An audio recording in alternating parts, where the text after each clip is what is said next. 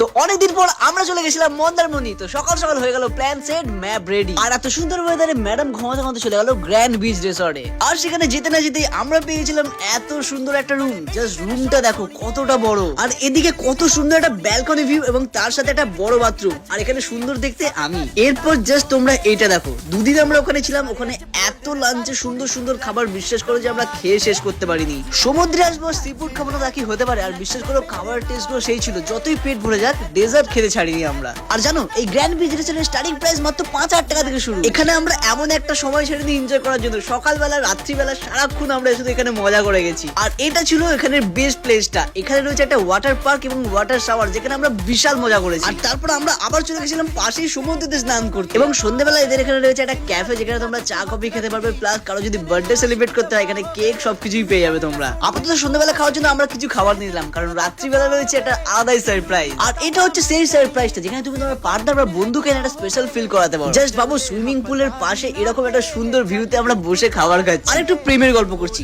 Overall এখানে night ভিউটা খুবই সুন্দর ছিল। আর এখানে সকাল সকাল ব্রেকফাস্টের মধ্যে অনেক ধরনের চয়েস রয়েছে, তুমি কোনটা ছেড়ে কোনটা খাবে সেটা বুঝতে পারবে না। আজ যেহেতু আমাদের শেষ দিন ছিল, তাই সকাল সকাল আমরা ব্রেকফাস্ট করে চলে গেলাম সমুদ্রের ধারে, একটু সমুদ্রকে লাস্ট বার দেখতে। মনটাও একটু খারাপ হলো, তাই আমরা দুজনেই পাগল হয়ে গেলাম। খুব সুন্দর একটা মেমোরি বানিয়ে সবাইকে টাটা বাই বাই করে আমাদেরকে বিদায় নিতে হলো।